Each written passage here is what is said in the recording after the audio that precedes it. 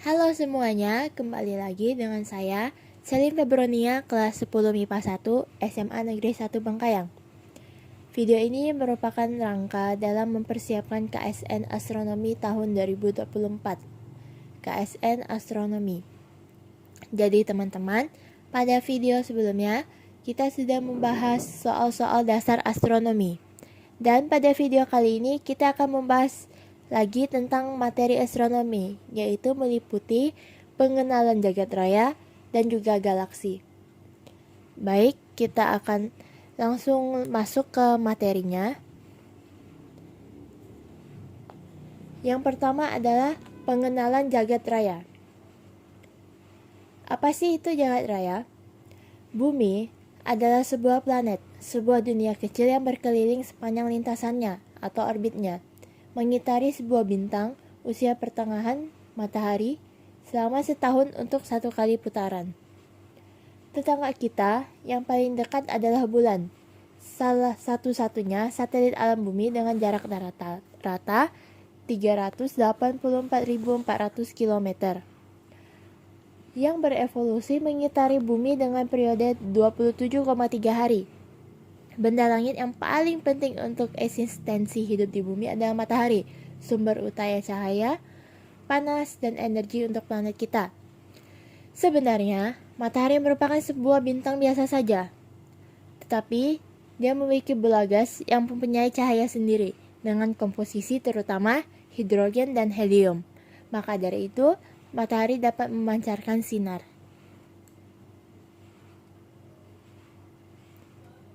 Baik, kita lanjut. Tata surya ibaratnya merupakan halaman belakang rumah astronomi kita. Jarak yang memisahkan kita dengan bintang-bintang sangat jauh sekali dibanding dengan jarak dalam tata surya. Bintang paling dekat berjarak sekitar 270.000 kali jarak matahari. Astronom-astronom zaman dulu membagi langit ke dalam pola atau konstelasi yang mereka beri nama menurut tokoh-tokoh terkenal atau makhluk dalam mitologi mereka. Astronom Yunani, Ptolemy, dalam abad 2 memetakan 48 konstelasi yang nama-namanya sampai sekarang masih digunakan. Langit keseluruhan sekarang dibagi ke dalam 88 konstelasi. Beberapa konstelasi nampak mirip sekali dengan namanya.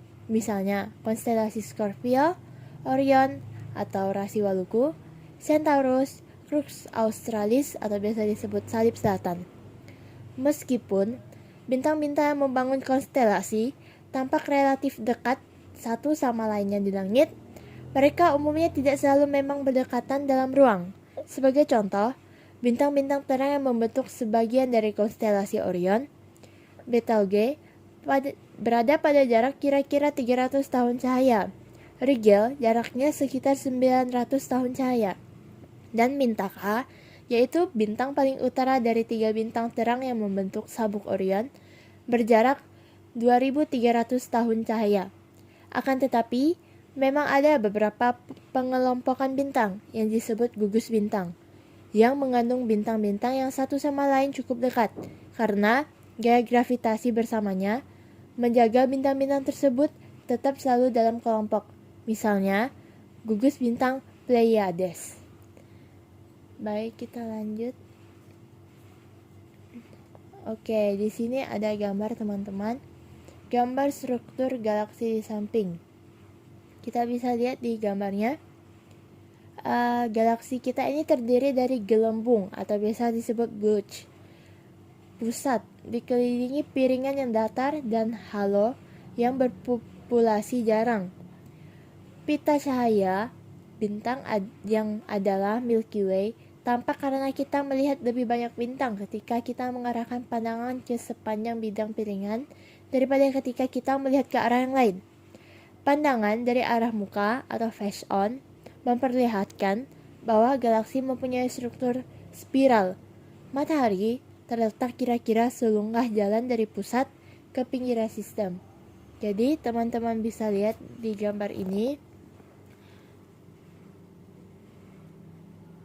Baik, di sini ada matahari dan di sini juga ada galaksi ya kalau bisa dilihat.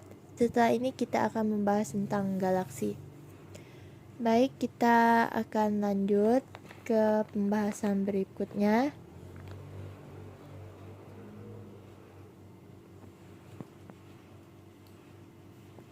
Sementara itu, ruang di antara bintang-bintang tidak sama sekali kosong. Bintang-bintang itu mengandung campuran gas dan debu yang biasa kita sebut dengan materi antar bintang. Debu antar bintang melemahkan cahaya bintang kira-kira 1 magnitudo untuk tiap kuli parsek. Begitu banyaknya debu antar bintang yang berada antara tata surya dan pusat galaksi, sehingga pusat galaksi tidak dapat dilihat dengan teleskop optik karena terdapat ekstingsi total sekitar 25 magnitudo sepanjang garis penglihatan ke arah pusat. Ini berarti dari 10 miliar foton yang dipancarkan dari inti galaksi, hanya 1 foton saja mampu sampai pada kita. Beruntung sekali, karena panjang gelombang inframerah dan radio tidak terpengaruh oleh debu. Pengamatan yang dilakukan dalam panjang gelombang ini memungkinkan astronom menembus ke dalam optis yang terhalang itu. Baik, kita lihat materi selanjutnya. Baik, di sini ada pembahasan mengenai pembagian bintang dalam galaksi. Bintang-bintang dalam galaksi dibagi ke dalam 2 kategori atau populasi. Bintang populasi 2 terdiri dari bintang-bintang yang tua dengan metalisitas rendah yang terbentuk pada saat awal sejarah galaksi dari awan hidrogen dan helium yang mengandung kelimpahan elemen berat yang rendah. Bintang populasi 1 merupakan bintang generasi kedua atau generasi kemudian yang terbentuk dari awan gas yang telah bercampur elemen berat yang dihasilkan di dalam bintang dan disemburkan ke medium antar bintang lewat peristiwa seperti supernova. Anggota paling terang dari populasi 2 adalah bintang raksasa dan maharaksasa merah tua. Sementara anggota paling terang dari populasi 1 adalah bintang panas tipe O dan B. Halo dihuni oleh banyak objek-objek populasi 2. Piringan, tempat berlokasinya awan gas, di mana terdapat pembentukan bintang yang sedang berlangsung, didominasi oleh objek-objek populasi 1. Sementara, gembungan mengandung kedua macam populasi, tapi tampak merah karena terdapat raksasa merah dalam jumlah yang banyak. Berdasarkan konvensi yang agak geosentris, kita mengacu pada sisa bintang kita sebagai galaksi. Di luar batas galaksi, terdapat miliaran galaksi lain. Beberapa bentuk spiral seperti galaksi kita, beberapa eliptis atau oval, dan yang lainnya bentuknya tidak beraturan. Sebagai tambahan, pada galaksi normal, banyak galaksi aktif yang mengeluarkan lebih banyak energi daripada galaksi normal yang mempunyai inti yang lebih terang. Galaksi besar yang paling dekat terletak di konstelasi Andromeda, sehingga disebut galaksi Andromeda, yang di dalam katalog yang diterbitkan oleh astronom Prancis Charles Messier tahun 1781 dikenal dengan nama M31. Galaksi Andromeda ini serupa dengan galaksi kita dan terletak pada jarak 2,2 juta tahun cahaya. Merupakan objek langit paling jauh yang masih bisa dilihat dengan mata telanjang. Galaksi-galaksi terdistribusi di jagat raya dengan cara berkelompok. Beberapa seperti galaksi kita merupakan anggota dari kelompok kecil yang mengandung beberapa buah atau beberapa puluh anggota. Yang lain berhimpun dalam gugus atau kluster yang mengandung ratusan atau ribuan galaksi anggota. Gugus galaksi ini secara agak longgar berkelompok dalam struktur yang lebih besar yang disebut mahagugus atau superkluster, yang merentang selebar 100 juta tahun cahaya atau lebih dan mengandung ribuan atau puluhan ribu galaksi. Grup lokal galaksi kita terletak pada pinggiran mahagugus Virgo, yang pusatnya terletak sekitar 50 juta tahun cahaya dari kita. Baik, ada tambahan. Dalam gembungan inti galaksi atau nuclear bulge, bintang-bintang satu dengan lainnya berjarak jauh lebih dekat daripada dalam posisi lokalitas matahari kita dalam galaksi. Sebuah bola berdiameter 5 tahun cahaya dengan pusat matahari hanya mengandung 4 buah bintang, yaitu 3 komponen sistem bintang Alpha Centauri dan matahari sendiri. Bola dengan ukuran yang sama sangat dekat dengan pusat gembungan ini. Galaksi akan mengandung 10 juta bintang dan separasi rata-rata antar bintang kira-kira 0,02 tahun cahaya. Baik, kita akan lanjut ke inti galaksi. Inti galaksi. Terhadap seorang pengamat, pada sebuah planet yang berlokasi dalam gembungan inti galaksi, langit akan diterangi dengan jutaan bintang dengan magnitudo lebih terang daripada 1 Mach. Beberapa ratus diantaranya lebih terang daripada bulan Purnama. Melihat ke arah pusat galaksi, citra panjang gelombang inframerah akan didominasi oleh emisi dari debu dingin pada bidang galaksi. Tetapi, pengamatan pada panjang gelombang lebih pendek akan memperlihatkan sumber individual objek-objek seperti bintang luminositas tinggi atau raksasa dan maharaksasa merah, dan bintang kelas O yang baru terbentuk. Emisi yang paling kuat datang dari sebuah sumber radio diberi nama Sagittarius, yang terdiri dari 2 komponen, yaitu Sagittarius A sebelah barat dan Sagittarius B timur.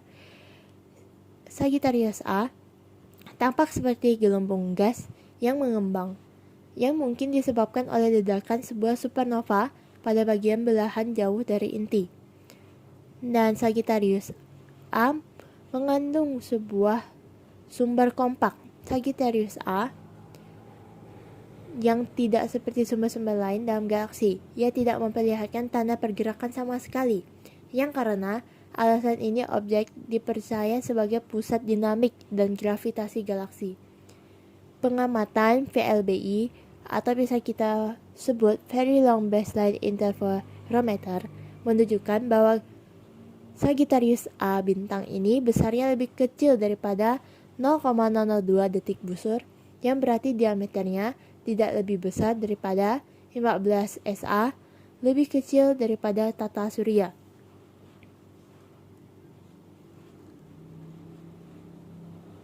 Pengukuran Doppler menunjukkan bahwa awan gas terionisasi berevolusi mengelilingi sumber pusat dengan kecepatan 300 km per detik. Ini menunjukkan bahwa awan ini bergerak dalam medan gravitasi dari suatu massa yang setara dengan beberapa juta massa matahari yang terkonsentrasi pada daerah pusat dengan diameter dalam orde tahun cahaya. Oleh karena pengamatan inframerah dari sumber-sumber individual menunjukkan hanya setengah dari massa tersebut ada dalam bentuk bintang. Banyak astronom percaya bahwa sisa dari massa tersebut terkandung dalam sebuah lubang hitam atau biasa kita sebut dengan black hole dengan massa 2,5 juta massa matahari. Dan akresi pada lubang hitam ini adalah sumber utama dari energi yang dipancarkan oleh Sagittarius A bintang. Pendekatan emisi sinar X lemah yang berasal dari daerah ini konsisten dengan adanya gas yang berakresi pada lubang hitam yang masif dengan tingkatan sedang. Namun, banyak juga astronom yang tidak sepenuhnya setuju dengan pendapat di atas. Bintang-bintang tidak akan terkonsentrasi serapat seperti yang diharapkan jika sebuah lubang hitam seperti supermasif benar-benar ada pada daerah pusat galaksi. Kendati demikian, hampir semua mendukung pendapat yang menyatakan bahwa inti galaksi kita memang merupakan tempat sebuah lubang hitam supermasif yang mempunyai potensi untuk menjadi sumber yang lebih terang seandainya lebih banyak gas atau bintang jatuh pada piringan akresi di masa yang akan datang. Baik, kita lanjut ke galaksi lain. Sampai pada tahun 1920-an, ada perdebatan di antara para astronom tentang apakah nubela berbentuk spiral yang tampak di atas dan di bawah bidang galaksi Bima Sakti adalah sistem bintang lepas lain jauh dari galaksi kita, atau satelit lokal sistem bintang yang lebih kecil dari galaksi kita sendiri.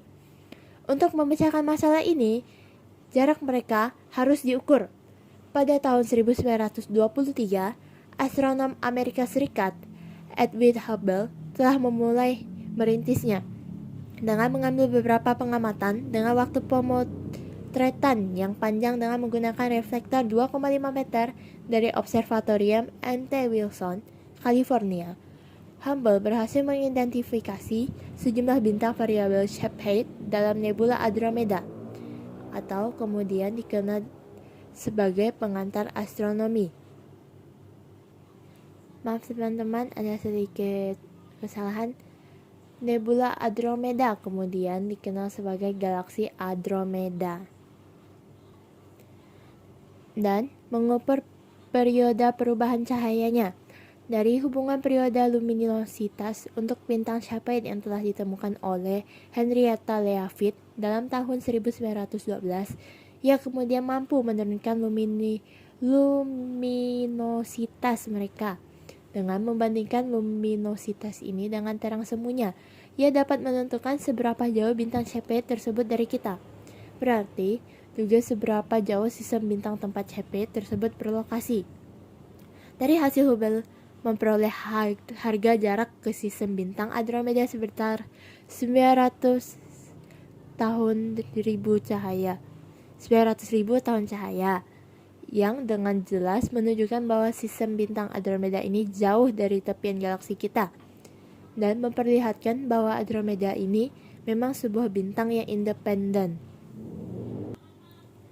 Telaah selanjutnya tentang nebula ekstragalaksi lain menggunakan teknik yang sama, memperlihatkan bahwa mereka memang merupakan sistem bintang independen yang lain. Dengan mengetahui jarak dan diameter semu mereka, diameter linearnya dapat ditentukan. Hasil ini tampaknya menunjukkan bahwa galaksi kita lebih besar daripada semua ekstragalaksi yang diamati, paling tidak 2 kali galaksi Andromeda. Tidak sampai tahun 1952, Walter Baade menemukan kesalahan yang mendasar dalam skala jarak Shepard. Pada zaman Hubble melakukan pengukuran jarak, tidak disadari bahwa ada 2 tipe Shepard, dengan Shepard tipe 1 5 kali lebih cerlang atau luminos daripada tipe 2. Karena kenyataan ini saat itu belum diketahui, Hubble menganggap bahwa Shepard yang ia ukur sama dengan Shepard yang diturunkan hubungan periode luminositasnya oleh Henrietta Leavitt. Padahal kemudian diketahui bahwa Shepard ini luminositasnya lebih rendah daripada tipe 2. Galaksi Andromeda seharusnya lebih jauh daripada harga jarak yang diperoleh sebelumnya. Dengan memasukkan koreksi ini, kini dapat dipercaya bahwa Andromeda terletak pada jarak 2,25 juta tahun cahaya, lebih daripada 2 kali jarak yang diperoleh Hubble pertama kali, dan 50% lebih besar daripada galaksi Bima Sakti. Jadi itu adalah hasil akhir dari penelitian Hubble mengenai galaksi. Baik, kita lanjut. Kita sudah memasuki bagian tipe galaksi. Galaksi sebenarnya mempunyai banyak tipe dan ukuran. Skema klasifikasi yang paling sederhana yang dirancang pertama oleh Edwin Hubble mengenai 4 tipe dasar eliptis, spiral, spiral berbatang atau barat spiral, dan tidak beraturan, irregular, dan diurutkan dalam deret yang disebut diagram Garputala. Galaksi eliptis dinyatakan dengan huruf E diikuti oleh nomor dari 0 sampai dengan 7 untuk menunjukkan derajat kepepatan dari bentuk eliptis yang diamati. Galaksi E0 tampak spherisk, sedangkan galaksi E7 tampak sangat tepat dengan diameter maksimum lebih dari 3 kali diameter minimum. Meskipun memang banyak galaksi eliptis adalah sebenarnya bentuknya spherisk atau elipsoidal. Fakta bahwa sebuah galaksi tampak bentuknya eliptis kalau dilihat dari bumi tidak membuktikan bahwa galaksi ini memang elipsoidal. Galaksi yang sebenarnya pipih atau pepat akan tampak sebagai galaksi E0 jika dilihat face on atau secara tatap muka, atau sebagai elips jika dilihat dari sudut tertentu. Sementara sebuah bentuk elipson akan tampak seperti sebagai spherisk jika dilihat secara edge-on. Tipe galaksi antara eliptis dan spiral adalah galaksi lentikular, bentuk lensa yang diberi tanda SO atau SBO. Meskipun inti sebuah galaksi SO dikelilingi oleh piringan, tetapi pada tipe ini tidak terdapat struktur spiral. Galaksi tidak beraturan yang tidak memiliki inti atau struktur yang nyata diberi tanda oleh IRR1 dan IRR2. Galaksi IRR1 memperlihatkan bukti pembentukan bintang yang sedang berlangsung atau baru saja terjadi. Misalnya, asosiasi OB atau daerah HII. Galaksi IRR2 memiliki bentuk tidak beraturan seperti terkoyak, atau bentuknya mengalami gangguan dari aktivitas intemal yang dahsyat atau karena tumbukan dengan galaksi lain, atau mengalami pelintasan yang sangat dekat dengan galaksi lain. Baik teman-teman, tadi itu adalah penjelasan mengenai pengenalan jagat raya dan galaksi beserta dengan tipe, dan juga dijelaskan bentuk-bentuk dan sejarah dari beberapa penelitian astronom untuk memecahkan sebuah pertanyaan yang mengenai tentang jagat raya. Baik, terima kasih teman-teman.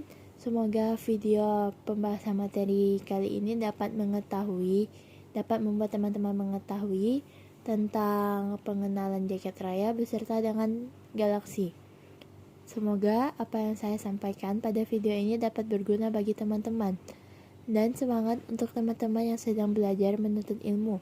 Dalam menuntut prestasi, kita harus tetap semangat dan rajin belajar.